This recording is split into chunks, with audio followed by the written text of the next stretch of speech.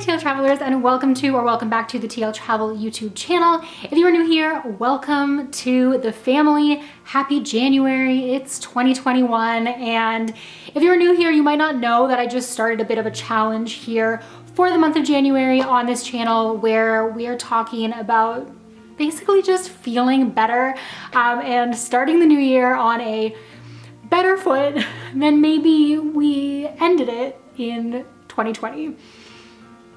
Y'all know what I'm talking about. So over the last week, I've been challenging myself to do a little bit more, go the extra mile for my own mental health. And today I'm going to share with you guys just how that went. Now, I do have two disclaimers before we get started. The first disclaimer is that some of these things and some of these tips that I'm going to share with you are things that I have been doing for longer than just this week. So maybe think of it a little bit more as a week in the life sort of situation. I'm by no means saying that if you do these things for 5 to 7 days, you're just miraculously going to have perfect mental health and all of those things.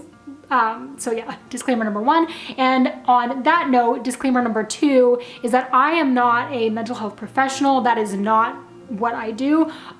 So obviously everything that I talk about in this video is just my own experiences and things like that. If you are feeling off or feeling like you need to talk to somebody, I will leave some links down below, but this video is not a diagnosis of any sort, nor is it a cure of any sort. It is just some fun and easy things to bring some positivity and light back into your life. So two disclaimers right there. And without further ado, I'm just going to jump into how my week went. So yeah, that I can share with you guys. So if you have not already, hit that like and subscribe button. Definitely go ahead, do it now. I'll give you a moment to click that little red button, and yeah, you got it.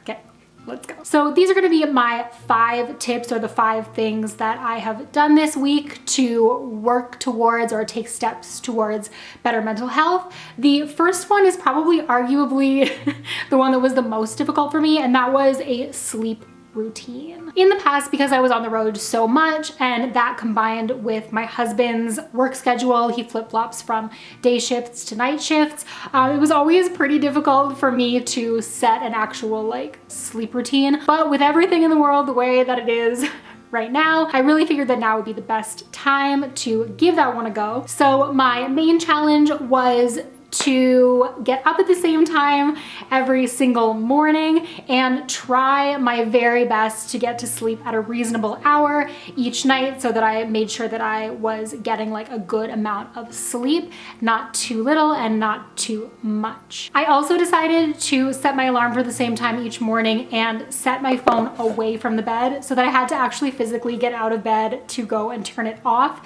This eliminated the issue that I have always had, which is hitting snooze 6 to 10 times every single morning. Yeah, so that worked well. It was a little bit annoying at the start, and I definitely felt exhausted for the first few days trying to get up earlier and earlier.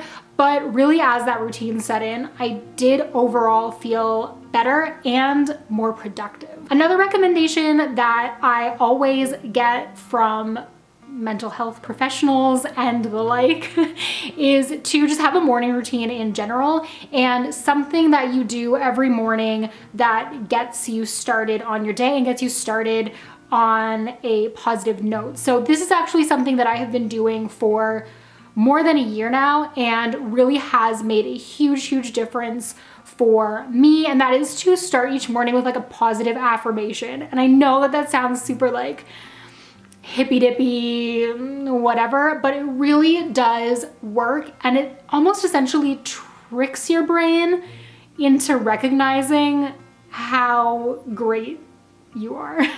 I'm waking up happy this morning because my husband waited until I was awake to turn the blender on for his smoothie. 1,000,000 pounds of snow this morning. I feel very good about the fact that I don't have to go out today. Oh, hello, gorgeous.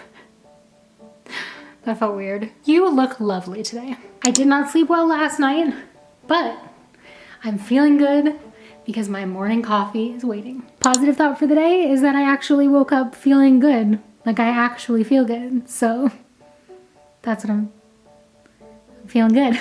Ever since I started doing this, the positive statements each morning have been things like, I mean, sometimes it's just as small as like, hey, I'm super glad to be out of bed this morning. But more recently, I have been trying to speak positive words about myself, who I am, what I'm doing, and just like things that will keep me motivated. And while that has been kind of like weird and uncomfortable for me,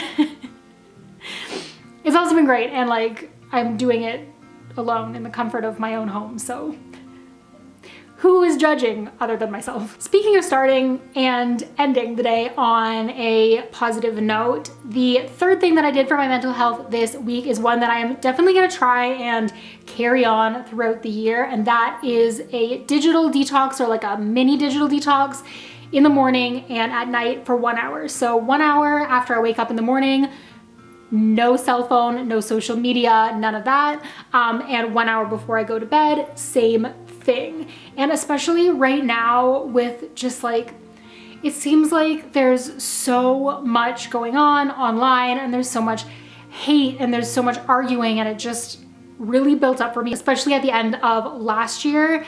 And this year I wanted to make sure that I wasn't starting my morning with those thoughts in my head and ending my day with those thoughts in my head, because I found that it sort of took away from anything good or exciting that happened to me throughout the day. So while I did completely forget that I was trying to do said digital detox for one entire day of this week, I will say that overall it has done wonders for just like my day-to-day life, and something that I am going to continue throughout the month and hopefully throughout the year and possibly throughout my whole life.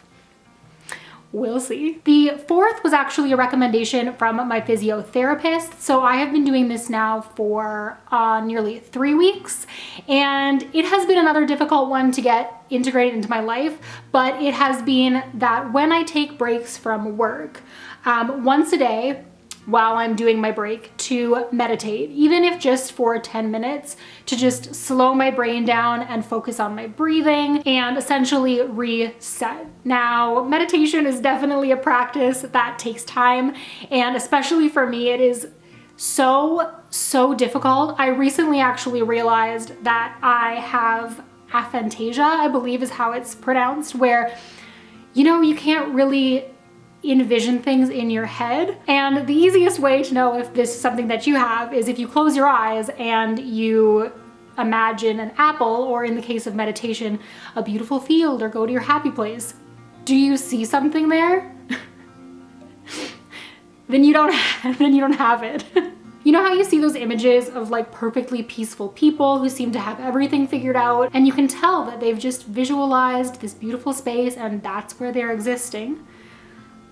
I am not that person. So meditation for me was always a bit of a disaster, but the way that I do it now is more just focused on deep breathing, and that has been really great and also really helpful in my like physical recovery from my physio. And then the fifth and final thing that I tried to do this week was to accept and validate my emotions. And that one is harder than you would think, or at least it was for me. But especially with everything that is going on right now in the world, things can go from like super boring to super emotional really fast.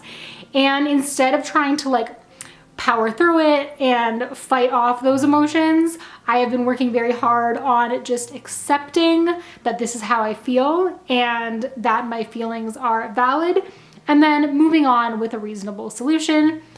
And yeah, that has been lovely. I am currently very frustrated with the way that this day is going, but that's okay, because some days are difficult, and today's difficulty was out of my control, and I am a better person for hanging in there and getting my work done despite these hurdles.